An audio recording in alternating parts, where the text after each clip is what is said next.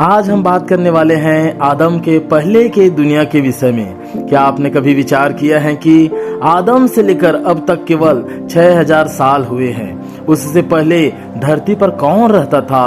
क्योंकि उत्पत्ति 1 का 1 वचन के अनुसार आदि से परमेश्वर ने धरती और आकाश को बना दिया था, जो अरबों सालों से भी पुराना है। आज भी वैज्ञानिक खुदाई के दौरान जिन अवशेषों को प्राप्त किया है, उसके परीक्षण के बाद पाया है कि ऐसे अवशेष लाखों साल पुराना है। अब ना तो हम विज्ञान को झूठा कर सकते हैं, ना उसके खोज को।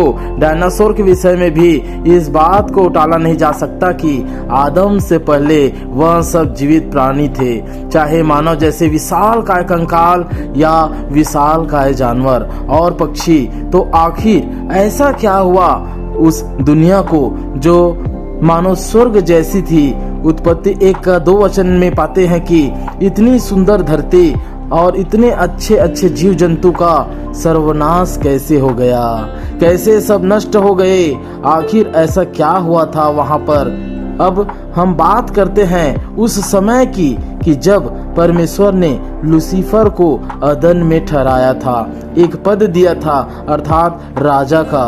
आदम से पहले भी धरती पर अदन नामक वाटिका था जिसमें लूसीफर रहा करता था। इसी तरह 2 और पद थे, मिकाइल और जिब्राइल का। यशायाह 14 का 12 वचन में लिखा है, वह लूसीफर उस समय के जाति जाति को हरा देता था और उसके सामने कोई जीव जंतु ठहर ही नहीं सकता था। जब परम प्रधान ने इसे बाकी दूतों पर और स्वर्ग जैसे पृथ्वी पर अधिकारी ठहराकर अपने महिमा करवाने और अपने आप को प्रकट करवाने के लिए अपने नियमों और अपने व्यवस्था को भेजता था उस समय के लोगों पर, तो यह केवल परमेश्वर से उस ज्ञान को, उस पदार्थ को लेता तो था, मगर लोगों को सही तरीके से देता नहीं था। और जब बाकी गण परमेश्वर की महिमा करना चाहते तो वह उसे अपने लिए ले लेता था, अपने लिए इस्तेमाल करवाता था। इसलिए यहेजकेल 28 का 16 वचन में लिखा है, लेन देन की बहुतायत के कारण तू उपद्रव से भरकर पापी हो गया। साधारण शब्दों में कहे तो लूसीफर यह चाहने लगा कि मैं ही भगवान हूँ, मैं तुम लोगों को खाने पीने रहने की जगह देता हूँ, इसलिए मैं भगवान हूँ, मेरी महिमा करो। जो ईश्वर से लेता था लोगों को छल से देता था। जैसे आज भारत का जो प्रधानमंत्री है या कई जगहों के हैं जो लोगों को गैस, घर, लोन आदि चीजें देता है और लोग उसे भगवान जैसा मानने लगे हैं। उस समय जितने जीव जंतु या वृक्ष या लोग रहते थे वह आज के लोगों से भिन्न थे, आकार और बनावट में काफी अलग थे। लूसीफर को जब लोगों ने महिमा दिया अर्थात महत्व दिया, तब वह घमंड में फूल उठा और यशायाह 14 का 13 वचन के अनुसार वह कहने लगा, मैं स्वर्ग पर चढ़ूंगा, मैं अपने सिंहासन को ईश्वर के तारागण से अधिक ऊंचा करूंगा और उत्तर दिशा के छोर पर सभा के पर्वत पर विराजूंगा। क्या आप जानते हैं पृथ्वी के उत्तर दिशा में यीशु मसीह चला फिरा करता था, क्योंकि वहां पर बाकी गणों का राज्य था, जैसे जिब्राइल और मिकाइल। उत्तरी ध्रुव पर सभा में यीशु मसीह आया जाया करता था। जो उत्तरी ध्रुव की सभा होती थी वहां पर प्रभु यीशु मसीह उस सिंहासन में स्वर्ग से आया जाया करता था। और दक्षिणी ध्रुव पर लूसीफर था। 14 वचन के अनुसार वह इस सिंहासन पर कब्जा करना चाहता था, इसलिए आकाश में भयंकर लड़ाई हुई। परमेश्वर के लोगों में एक और भयंकर लड़ाई हुई। परमेश्वर के लोगों के बीच में एक और लूसीफर था और दूसरी ओर उसके पूरे तरीके से और भी लोग थे, अर्थात एक और लूसीफर और उसके गण थे, दूसरी ओर मिकाइल और जिब्राइल और उसके गण। इतना प्रलयकारी युद्ध हुआ जिसके चलते यहोवा क्रोधित हो गया और पूरे पृथ्वी को उलट पुलट कर दिया, अर्थात उत्तरी ध्रुव दक्षिणी ध्रुव में चली गई और दक्षिणी ध्रुव उत्तरी ध्रुव में आ गई और पूरी पृथ्वी को उलट पुलट कर दिया। सारे चीजों को पूरे तरीके से परमेश्वर ने समेट दिया और सारे चीजों को लपेट कर इकट्ठा कर दिया और सारे तारागण जो बुरे हो गए थे उसकी रोशनी को छीन लिया।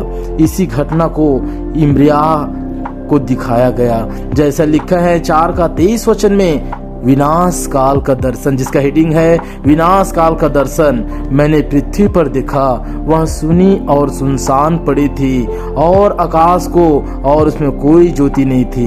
मैंने पहाड़ों को देखा, वह हिल लोड़ रहे थे, क्योंकि उस जगह पर जब भयंकर युद्ध हुई थी, परमेश्वर के प्रकोप से उन सारी स्वर्गदूतों का जो दुष्ट हो गए थे उसकी ज्योति को छीन लिया गया था, और अच्छे जो दूत थे उन लोगों को आकाश अर्थात स्वर्ग में लेकर चला गया था। 26 वचन में लिखता है, मैंने क्या देखता हूँ कि यहोवा के प्रताप और उसके भड़के हुए प्रकोप के कारण उपजाऊ देश जंगल और उसके सारे नगर खंडहर हो गए थे, क्योंकि यहोवा ने बताया सारा देश उजाड़ हो जाएगा, तो भी मैं उसका अंत ना कर डालूंगा। जैसे हम देखते हैं पृथ्वी बेडोल और सुनसान पड़ी थी, लेकिन अंत उसका नहीं हुआ था, वो सिर्फ उसकी सुंदरता को छीन लिया गया था। इस कारण पृथ्वी विलाप करेगी और आकाश का शोक काला वस्त्र पहन लेगा। अर्थात आप उत्पत्ति 1:2 वचन में देखेंगे, पृथ्वी बेडोल और सुनसान पड़ी थी और गहरे जल के ऊपर अंधियारा छाया हुआ था। ऐसा ही करने को ठान लिया और कहा, मैं ही इससे नहीं पछताऊंगा, मैं इससे बिल्कुल भी नहीं पछताऊंगा और ना अपने प्रण को छोड़ूंगा। जो दृढ़ प्रण लिया था परमेश्वर ने कि सब चीज को मिटा दूंगा पृथ्वी को, उसने अपने प्रण को पूरा किया। यह सब घटना उसी समय की ही है। तब उत्पत्ति को अध्याय 1:2 वचन से आप इधर पढ़ते हैं कि परमेश्वर ने उजियाले को बनाया, परमेश्वर ने सूर्य को, चंद्रमा को और भांति भांति चीजों को बनाया, और इन सारे चीजों की घटना फिर उत्पत्ति के अध्याय से लिखना शुरू हुई है। लेकिन उसकी बाकी की दुनिया और कई बार परमेश्वर ने पृथ्वी को बनाकर मिटा चुका है, बिगाड़ चुका है और फिर से सजा चुका है। इसलिए मेरे विश्वासी भाइयों और बहनों, निश्चय इस वीडियो से अगर आपको थोड़ा बहुत ही अपने नॉलेज में हिंट मिला होगा या परमेश्वर के प्रति जागरूकता मिली होगी या जानकारी मिली होगी, तो निश्चय इस चैनल को सब्सक्राइब करके अपने लोगों तक शेयर करें, ताकि मसीह का भेद भरे वचन आप सब तक पहुंचते रहे।